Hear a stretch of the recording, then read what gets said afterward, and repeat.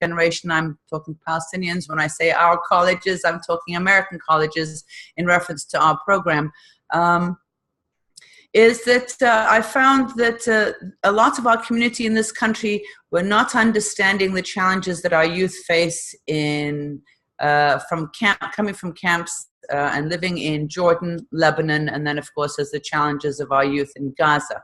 Because the West Bank receives a lot of funding, they have a different setup. The youth there seem to have many more opportunities for study.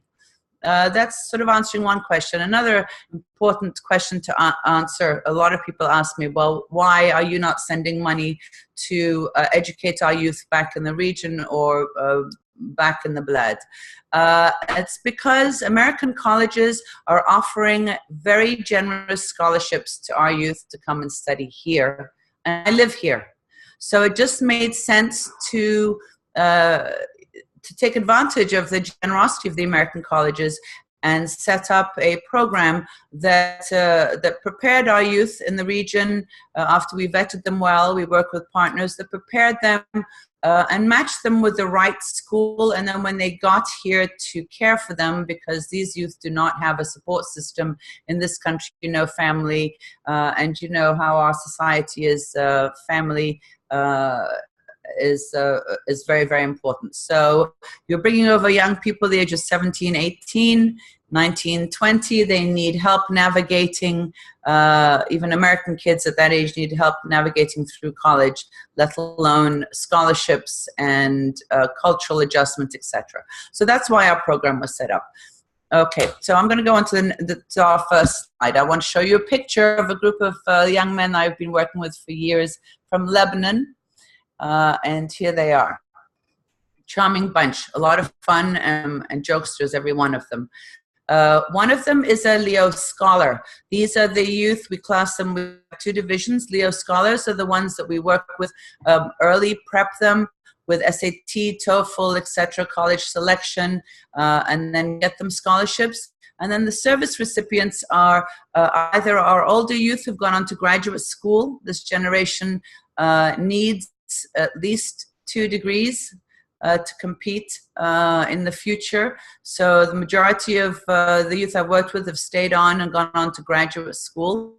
And also there are other programs that bring students over and they just dump them here. So it's vital that they do also have a support network, and Leo cares for those students. We identify those in need and those who do not have families back home who can support them financially or on any other level. So we've done my bio, so you know who I am. The kids call the program Leo, or le.org as a joke, in reference to my 30 years in the fashion industry before I established this program. I've worked with over 100 Palestinian youth, way over, I would say, on a daily basis. I get inquiries from all over the Arab world, requests for help, desperate situations at every level of education. But we start with our youth at undergraduates, and then we follow them through all the way to job placement. So they will be with us sometimes up to 10 years, because they go on to masters, PhDs, and then there's job placement, which is a very important part of this. We must open doors for them. Otherwise, all this money that's been invested in their education goes out the window if we return them back to the camps and the environments that they live in without giving them jobs.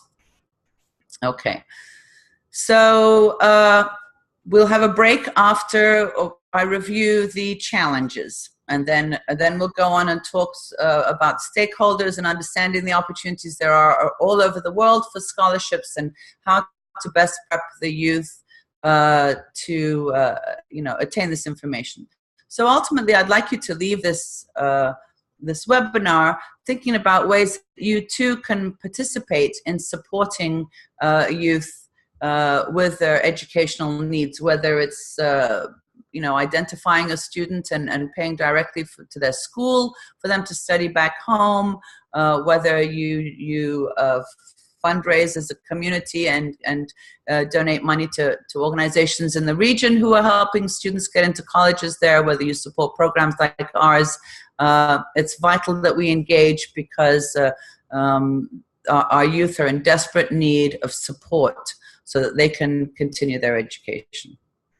All right, so here's some statistics, a graph. So you've got 10 refugee camps in Jordan, 12 in Lebanon and Gaza. So these are UNRWA statistics because the UNRWA schools are educating the majority of the youth that we work with at Leo. Here in Lebanon, you've got 68 schools around the country, 267 in Gaza, 174 in Jordan. And these are the student numbers you've got over here. So one thing of note that Gaza is obviously short of schools and has a very high need. So they are now doing double shifts.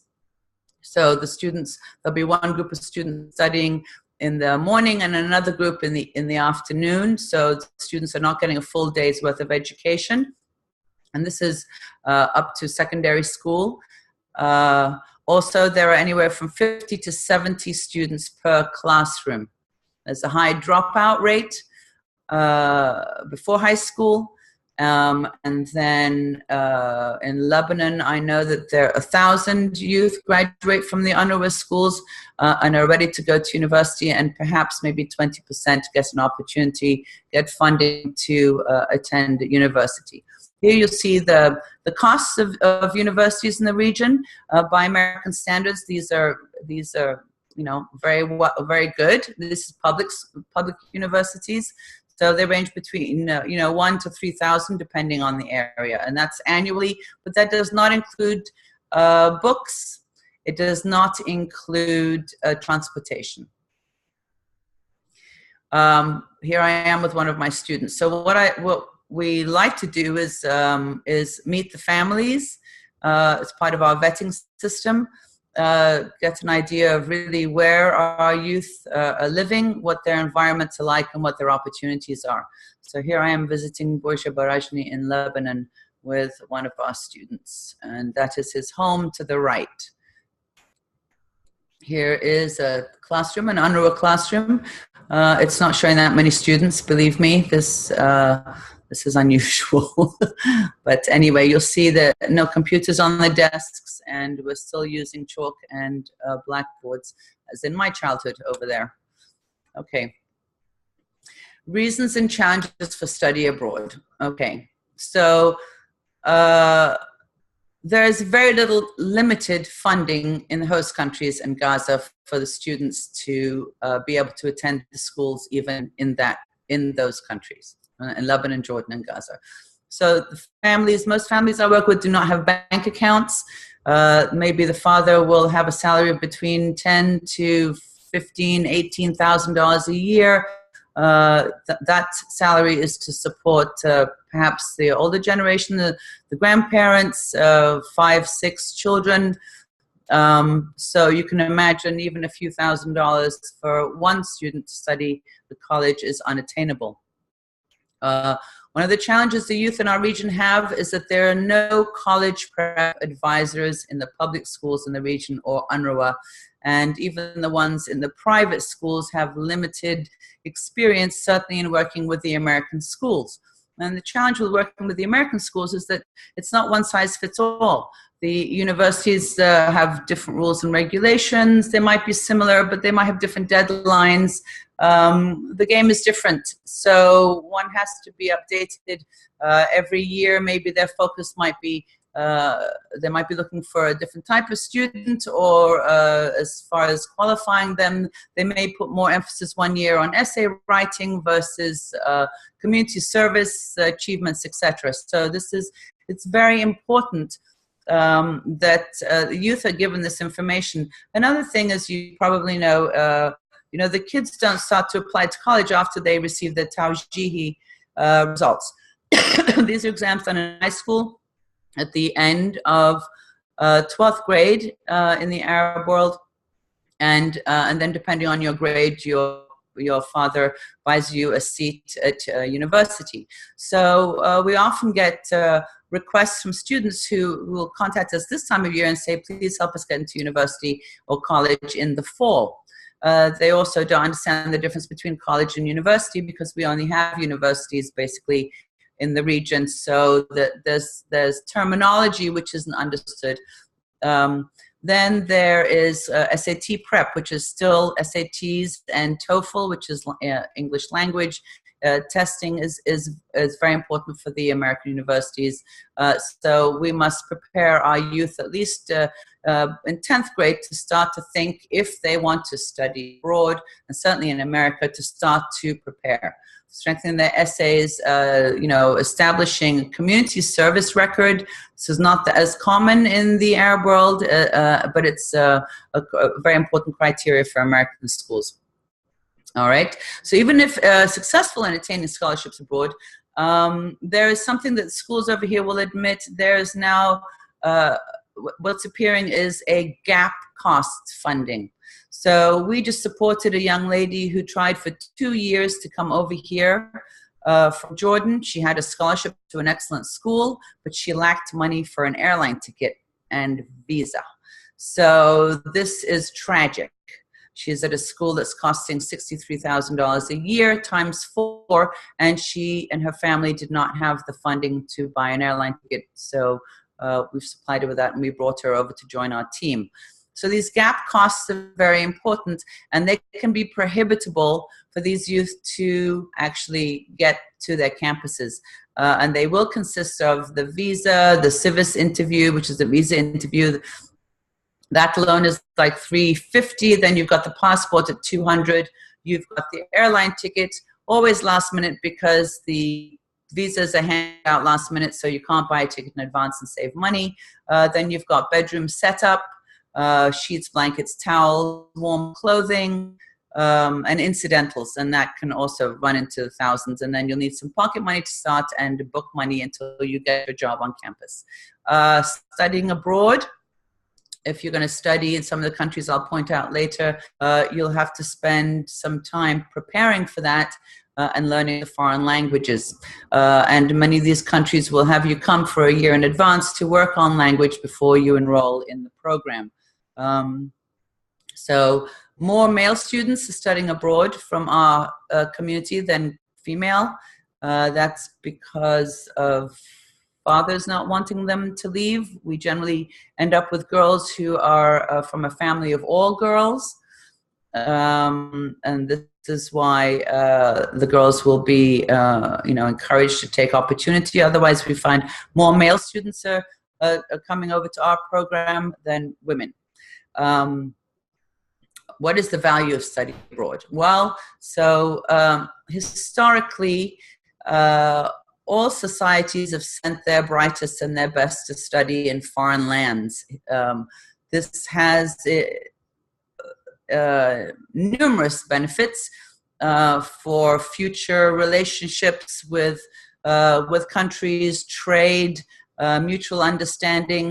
This is really a very valuable to our society. This is a very valuable experience. Okay, we're going to go on to the next slide. Okay, so this is what it looks like for our students to come over here. We're bringing them out of Gaza. These are their two options. You've got the Erez border and the Rafah, and right now no one's leaving out of either. So it's very, very stressful for the youth we have living in Gaza. They may attain scholarships and have opportunities to study here, but they have these two borders that they need to navigate, and right now no one's getting through any of the borders to come over to study. It's awful. Okay, travel. Now this is very interesting, and this is the one thing I find that our people in the U.S. are not really as aware of, and that is documentation the Palestinians carry, depending on whether they moved from Palestine in 48 or 67, or where they ended up. Or what the government in the country they're living in at the time decided to offer them. So you've got many different types of identification.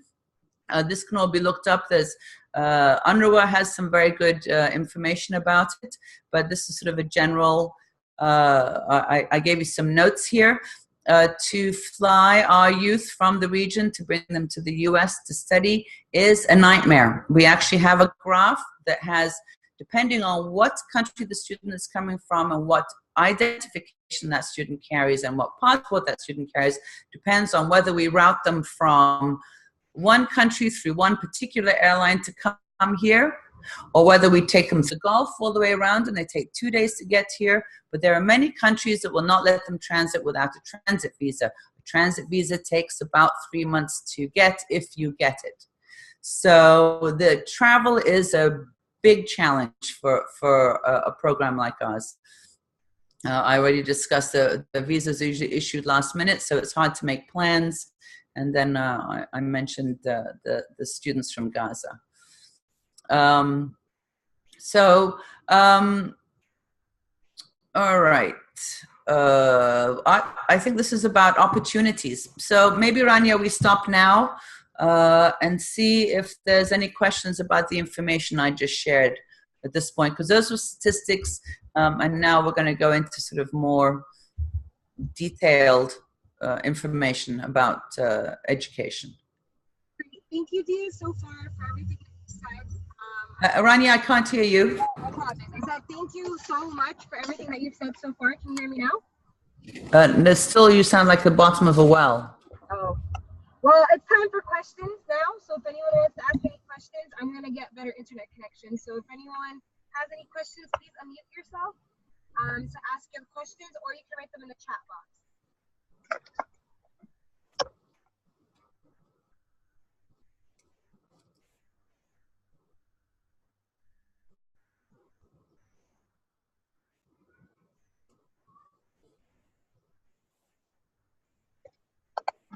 I think someone unmuted themselves. Rania, can't hear you. Oh. There you go. Can you hear me now? Yes. Okay, I was saying that if anyone wants, it seems like someone unmuted themselves to ask a question. So if someone please go ahead and ask. Okay, I think it was me, but I'm not sure if I'm coming in clearly. I can hear you. Okay, my name is Nasreen. I'm, I don't even know where to begin the introduction, but I'm a program associate at the Social Science Research Council in New York City.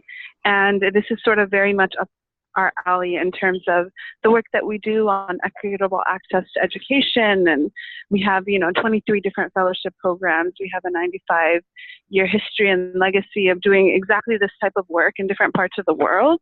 And I've called in today not only because, I've been involved with PACC and Palestinian myself, but to help sort of understand, where there's an PACC to kind of support the work that you do and also better understand the challenges. So thank you, of course, for having us. And my question is, I hope it's quick, but I'm not sure. It's mostly about funding. So I'm interested in understanding how you are funded. Is it through grants? Is it through foundations? A lot of the students that you spoke of who have been able to successfully study abroad, they rely on your resources, and I want to understand a little bit about where that money is coming from and seeing maybe if there's a way to identify whether you're tapping into your resources very well, or if there's pushback that you've sought fundraising or grants but haven't been able to sort of get people on board on these issues. So I apologize for the noise in the background, but I'll mute myself now. That's a great question. Thank you, Nasreen. And I would love to talk to you some more after we get off. Okay, good question. I started with friends. Then we developed on doing community fundraising with our community. We then did American church communities who have been quite generous with us. And then we started going to foundations. We are falling through the cracks. A lot of money for Palestine goes to Palestine, doesn't come here to support Palestinians. So we really are falling through the cracks in that. However, we've gotten the momentum going now.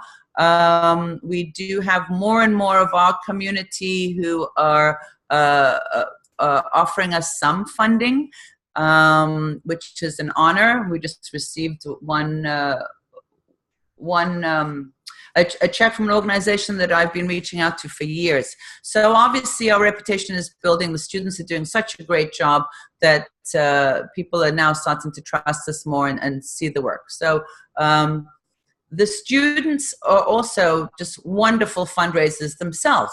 So let me tell you, we have from one school alone received in 2 years $4.2 million worth of free education for these youth.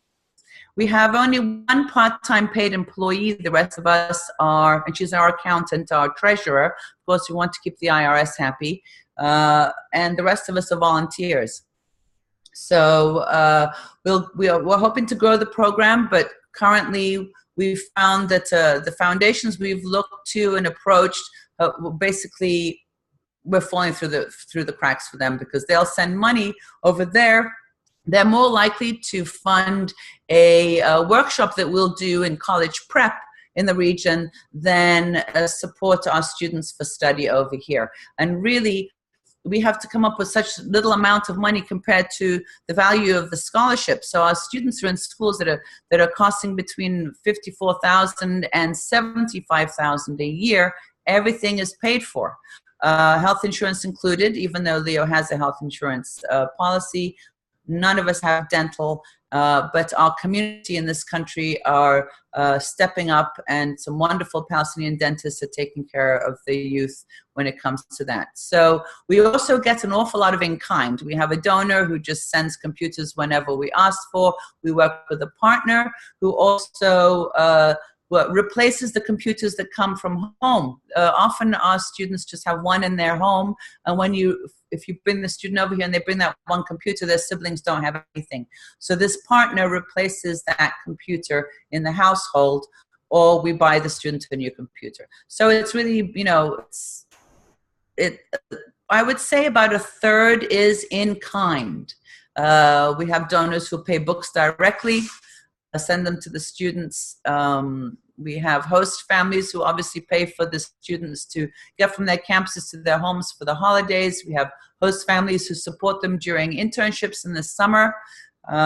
So it's a mixture of everything. We would love help, absolutely. We would love help, but we are thinking the program should always stay relatively small, because we deal with the students' needs on an individual basis. I think that's the best way to really support anybody, is to look at their needs on an individual basis.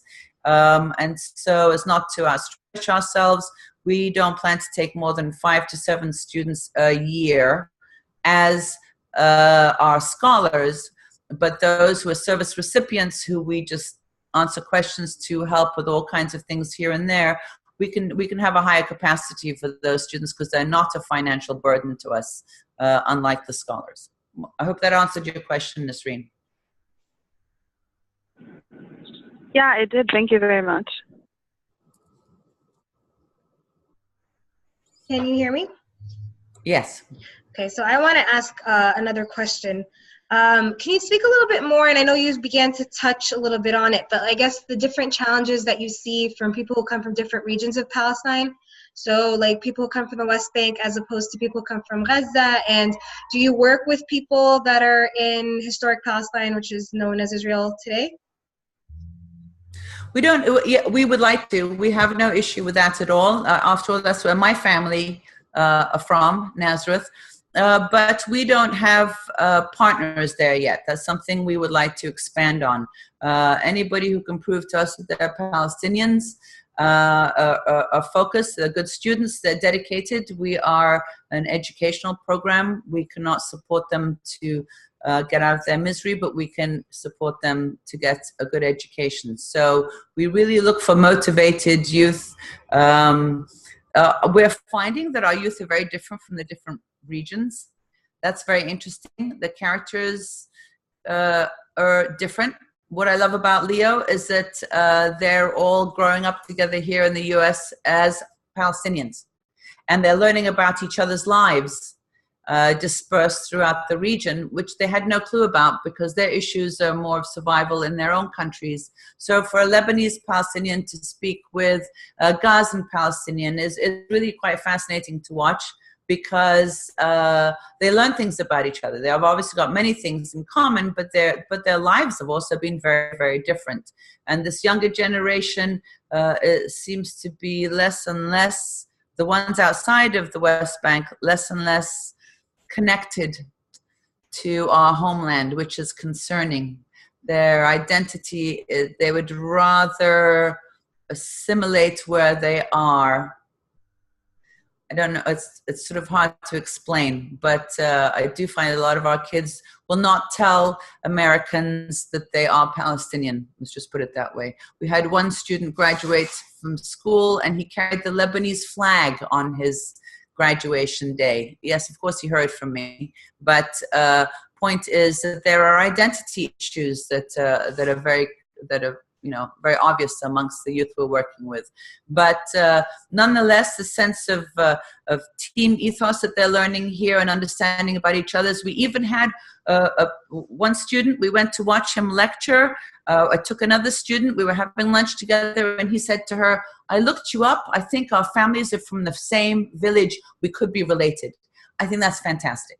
So we are documenting where their families come from originally, then where they moved to, and where they might have moved over the years, where the student was born, etc. This is, I think, very interesting for us to have anthropological history on our students. So the challenges are, no, they're basically the same. The challenges of because we're working with marginalized youth, very poor youth, the challenges are still the same. There is not enough money for them to go even to a $2,000 a year university where they live. So, and there are many ways as American Palestinians, Palestinian Americans, we can engage here from over here. And that is to perhaps set up a database where we review the students through the schools, maybe partner with the schools and pay directly to the schools to ensure that these youth get educated. Did that answer your question, Rania? Yes, thank you very much. At this time, does anyone else have any questions? If not, we're going to just continue with the presentation. I want to say one more thing, though, also. Unfortunately, only the A students are able to have these opportunities to study over here. So the students must be competitive. Rania? Rania? Yes, can you hear me? Oh, yes. Yeah, sorry, we lost you for a minute. So that leaves our students who are B and C students but still want an education. That leaves them without opportunity because they're not able to impress the few scholarship programs that exist out there for them and offer them an education. So they also need opportunity. A B student needs opportunity. You never know. You know, they might need a stronger educational foundation that they've not gotten so far. They could be a bright kid, but we're looking at their grades, and their grades are only B, but they've got fantastic potential. So we need to be able to reach out to these students as well. I agree 100%. So here we have this, okay, so now there are sufficient universities and schools in the area. I don't need to tell you about American education. It specifically offers a broad general education, critical thinking skills, and Leo adds soft skill development to this experience. Our younger generation anywhere in the world, it's vital that they have a broad general education. Specializing for this generation is not a good idea. As statistics show, they will have 4 to 5 careers, not jobs, but careers in their lifetime. So what does that mean? That means that however we educate, not train, but educate our younger generation, they've got to have the tools to be able to jump from one aspect of what they've learned, of their interest, of their major, to another aspect of that field to be able to survive the changing times. Because who knows if what they've studied or the specific field that they've studied in becomes redundant in 10 years. So the thing that critical thinking and a broad general education offers you is the ability to morph yourself, to reinvent yourself, to keep moving forward. This is vital. This is one of the gifts that the American education is giving our youth, is that ability. Also, we get a lot of youth who come here. Of course, they all want to be engineers and doctors. We simply cannot have a society of only engineers and doctors. This is ridiculous. You know, we try very hard to find students who want to study architecture or dance or whatever. These are the students we'd like to support. We must educate a cross-section, or we must have our youth interested in a cross-section of the subjects.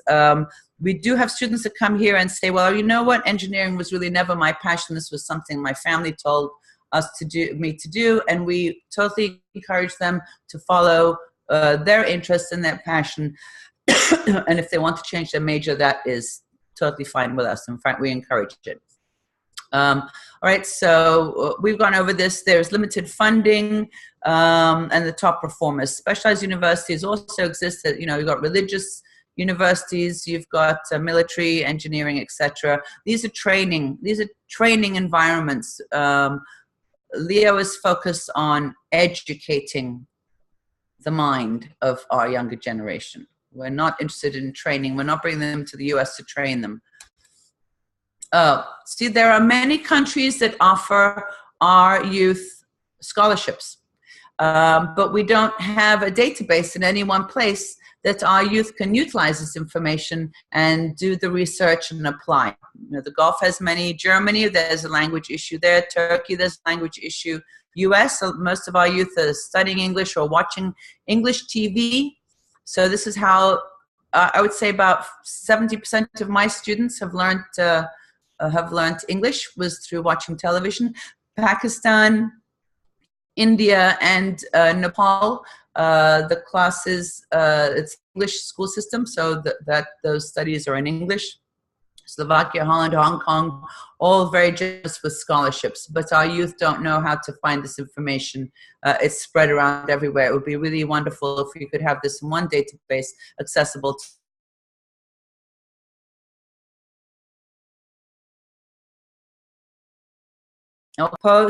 pre and post orientation is vital. Cultural adjustment. Imagine, if you can, what it's like for them to arrive in the US and even just use the ladies' room for the first time. The differences in that they're going to run into. There's terrible feeling of isolation from the family and friends once they're here. So it's very important to be in close contact with them on a weekly basis to make sure that they're adjusting well with their schedule at school and the time change. It's hard for them to reach their families as often as they would like to. Sometimes friends become jealous that they're over here studying, and that can cause some issues with their friends back home. And so, of course, depression sets in. They arrive in the fall. They've been excited all summer long. They've had this experience, and then the weather changes, and then it's much colder than they're used to. There might be medical issues, which we deal with, unexpected expenses. Oh, well, when you're dealing with young men, there's many. We're also dealing with people young people who've never had their own money, so never had a bank account. They don't know how to manage money. They don't know how to balance their checkbooks. They don't know how to save. These are all challenges of our first-year students. Work permits. Oh, this is for foreign countries. In America, the student is allowed to, if offered by the school, to have a work-study permit or work-study scholarship where they can work on campus only. Otherwise, they will be thrown out of the country. So they can work during summer internships. That has to be reviewed by their international advisor first, and permission must be gotten. But in foreign countries, so these very poor youth, marginalized youth, traveling abroad, and in some countries they're not allowed to work. So how are they going to pay for books? How are they going to pay for food, housing in some cases? And I don't think that's often thought through. The idea of getting into university is so exciting that there's actually a very high failure rate amongst our youth who just return home after one semester because they're not able to pay just daily bills because they didn't, have that in their budget. And of course, if the student comes here and doesn't keep up the grades, they lose the scholarship. So this is another reason why we work closely with the schools and the college advisors and the students to make sure they're keeping up. The first semester, the schools do expect it to be an adjustment semester, but it turns out our students have been on the president's dean's list most of the time they've been here, which is wonderful. The GPAs are good, and we have not lost one student to a poor GPA yet, and don't expect to. Our students do very well their first year because they have great memorization skills. As much as we make fun of rote education, this is actually indeed what gets them through their first year until they start to understand the value of critical thinking, and open discussion in the classroom, that their opinion actually does matter in class, and they can engage with classmates and professors, which is really very important for their education. So they've all done well here. So here we have two great examples. They happen to both be from Gaza. Razan on the left is studying medicine. She's from Gaza. She's studying medicine in Egypt and doing very, very well. Determined to, middle child of many children, determined to get an education. And also Haya from Gaza was commencement speaker on her campus this year, and did extremely well. If you've seen them when we first met them, you'll see how these young people blossom. So I believe it's our responsibility living over here to care for our younger generation, help them succeed. And as we all know, education is what opens doors. So the point of my talk today was to encourage you all, our communities, to really find ways to reach out to our youth, especially in Lebanon, where there's very little support, in Jordan and in Gaza, and to make sure that we educate our younger generation. So now let's have any questions from this. Rania.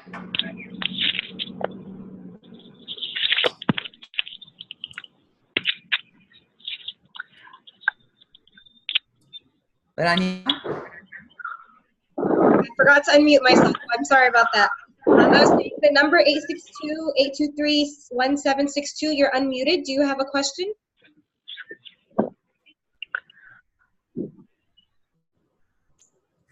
What was the last four? No, I'm just saying someone's unmuted. So whoever's unmuted, if you have a question, you may ask. You can also type it in the chat box. Okay, so if no one has a question, I'll ask. Rania, we're not hearing you. I'm not hearing you. Sorry, can you hear me now? Are you able to hear me now? Can you hear me? Well, I'm just saying continue. You're coming in and out. I don't know about everybody else, but you don't have a very good connection. It's fine. Can you just, I'm saying anyone who wants to ask a question. It's Nasreen again. I'm not sure if you can hear me. Yes, okay.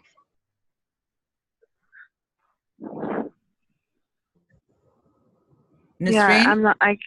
Yeah, can you hear me? Deya? I can hear you well. What's up? Okay. I'm pretty sure that Anya was reading out a number, and it might be mine. Okay, go ahead. So I'm not sure why, but maybe I was on mute and I'm not on mute anymore. But since we're on the Q&A, maybe she's hearing us and she's having good reception, but she can chime in anytime. One of my first sort of feedback and reactions to sort of the challenges and some of the observations and the really good sort of understanding that you have about these different circumstances is that, and I hate to make that comparison because I think it's very privileged of me to say this, but even students in our own community, the community that PACC works with, kind of actually have very similar experiences in navigating American education systems, because we come from, middlemen minority towns, and also, come from very... I totally get what you're saying, Nasreen. Yeah, And but there is... Yeah, I'm sorry. The kind of the point of that was saying that I feel that we're a great fit to sort of sharing what we've learned in our experiences. So, for example, for myself, I went through a very similar program, like the Leo program, when I was in the 7th grade.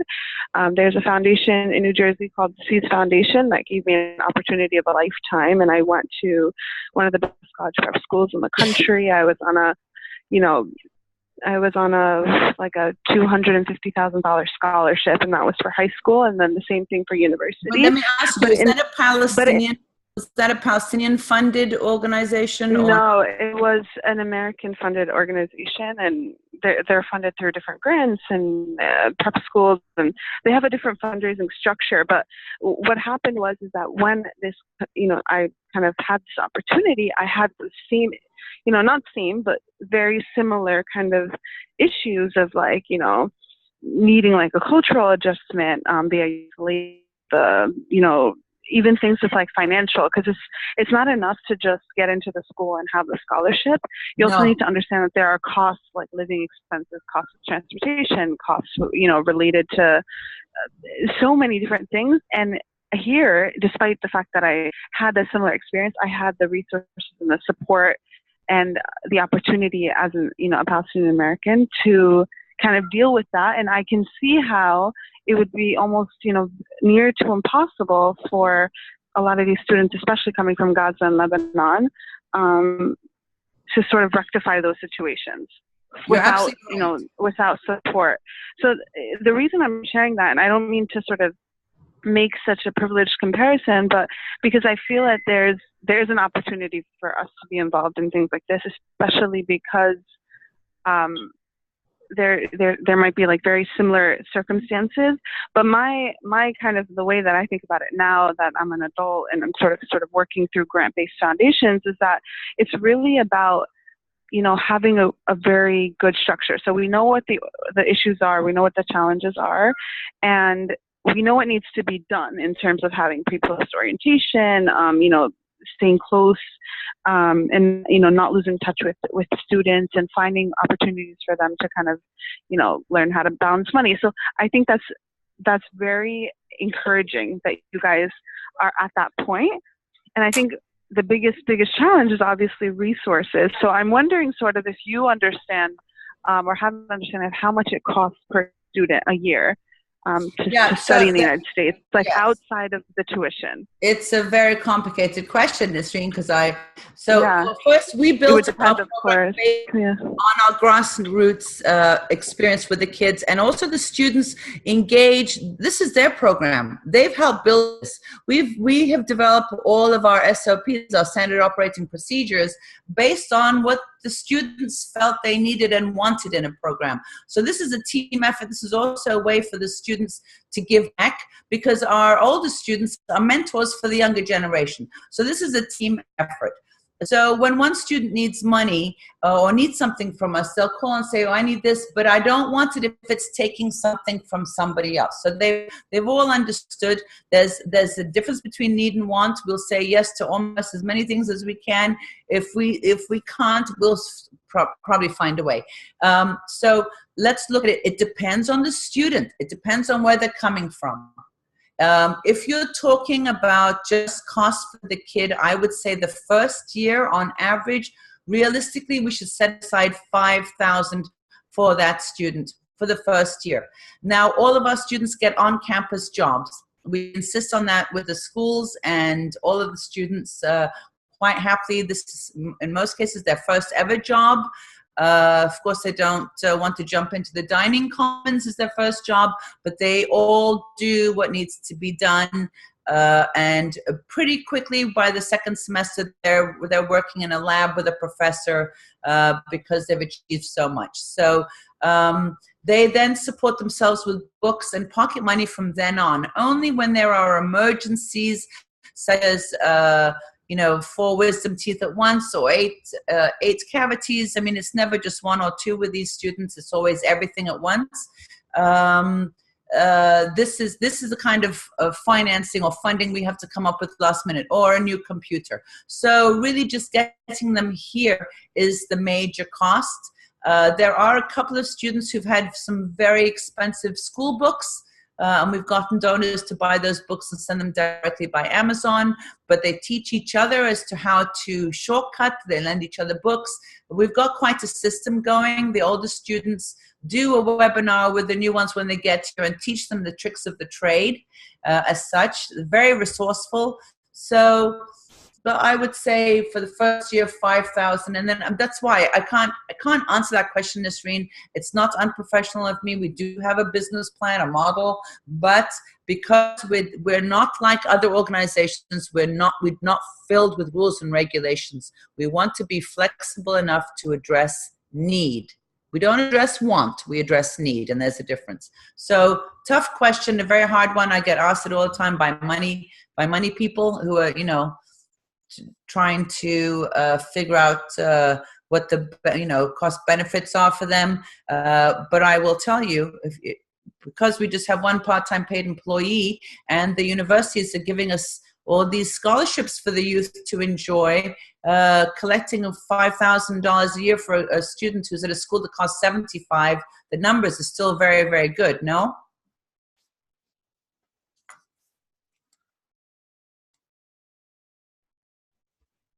I had muted Nisreen just because of the background noise. Can you hear me now?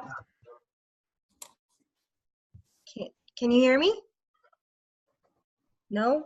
I guess not. I can hear you. Okay, I unmuted you, Nisreen. So if you want to return to Deya. Sorry, I know there's. Deya, can you hear me? No, I think. Yes. Tough question to answer, but I was trying to answer it as honestly as possible, Nasreen. I can tell you. No, I mean, it sounds like, I'm so sorry for the background noise, but I'm commuting back home from the office, and this is like the only time that I was planning to leave early and had to take the call sort of on my way home. So I apologize for the background noise, but I think that the assessment is fair, and it was mostly just to sort of have a better understanding of what the need is. And I know that might be even an underestimate, because you can't, estimate things that happen to, once they're here, emergencies, and then also like different circumstances. So I appreciate the honesty, and I hope that, this is our way of sort of kind of meeting you guys halfway, is understanding, where we can play a role in understanding more about, these kinds of things. Well, that's really wonderful. And they are basic needs of youth at that age, but they're the students all very proud. They understand that they were gifted this opportunity. I don't see any of them, or we select the ones that will appreciate the value of what they're receiving and make the best of it, because failure is not an option. So we do spend months and months evaluating the youth to make sure that they're going to be part of the team and get the most out of it, but also understand the challenges. The hardest challenge for all of them is, of course, the return during the years that they're here. And we do try and send them back at least twice to do internships, have our partners pay for their flights to go back and pay them a stipend while they're home, so they can visit their families. This is also very, very important. So this can be an expense some years. It also depends on the students' needs. It depends on the budget at the time. And because we're a growing organization, that's not stable yet. So priority is school needs. Secondary would be something like a summer internship back home. But still building on all of that. Well, thank you, Deya, very much for answering that question. It's 8 o'clock, so if anyone else has any questions, concerns, any feedback they want to give, this would be the time. Yes, I'd be happy to hear feedback. Rania, I don't know if you can hear me, but I'm sort of interested in understanding sort of where you see PACC kind of playing a role in equitable access for some of these students? So that's a conversation we can have offline, but I can essentially say that I've met with Deya a few months ago, as I said in the beginning of the webinar, and our goal is to help through different ways. Unfortunately, PACC doesn't specifically focus on this, even though we are launching a new program that would be focusing more on Palestinian students that are getting an education like here, that are kind of stuck here rather than bringing them from there. So that's a new thing that we're working on, but other than that, we've been working on in terms of partnerships with Leo and building a partnership, and this is one way of raising awareness and education that we've done that. So if there's any other questions for Deya, this would be the time. Otherwise, I would like to thank Deya, but I'm going to give another minute. So if anyone else has any questions. Okay, well, well, thank you, Deya, very much. That was a very, very informative webinar. I think all of us learned a lot from the challenges that Palestinians face, and specifically the amazing work that Leo does. As I stated before, PACC does look forward to having many partnerships to come with Leo to see any way that we could support. Like Deya has said, a lot of it is grassroots stuff, so if anyone knows of any way to support the organization or support Palestinian students that are coming from abroad, this would be, please reach out to Deya, please reach out to me, and I'll put you in touch with Deya so that we can make sure that together we can make this, we can face this challenge together. So with that being said, this concludes our first webinar at PACC. And our goal is to continue this at a regular pace. So we are looking into having another few webinars in the next couple of weeks. Please look out for it on our mailing list. If you're not subscribed to our mailing list, please visit www.paccusa.org/subscribe to subscribe. So I want to thank you all for taking time out of your busy evenings. We should be sending out a survey via anyone who RSVP'd via email so that you can fill it out and let us know how we can improve in the future. And I'd like to give a virtual round of applause for Deya for doing an amazing job. And Deya, if you have any last words. I would like to thank you, Rania. I think the work that you are doing, everyone is doing at PACC, is fantastic. I'm very impressed with the programs, and Leo is very happy to partner with you and support your community with the knowledge that we've learned from the process in this country, and look forward to meeting more of your community members in the future. Thank you, Rania. And thank you, everybody, for joining. I hope you learned something. Thank you, Deya, again for all your amazing leadership, and we look forward to many more partnerships to come. And hopefully this won't be our last webinar with you. We'll have another webinar soon to come with new developments and more information. So with that, I'd like to say thank you to everyone, unless anyone has any last-minute questions. Thank you so much. Have a wonderful night. Thank you, Deya. Thank you for everyone for coming. And don't forget, if you're not subscribed to PACC's mailing list, please make sure to subscribe at paccusa.org/subscribe. Thank you very much and have a wonderful evening. Thanks. Bye.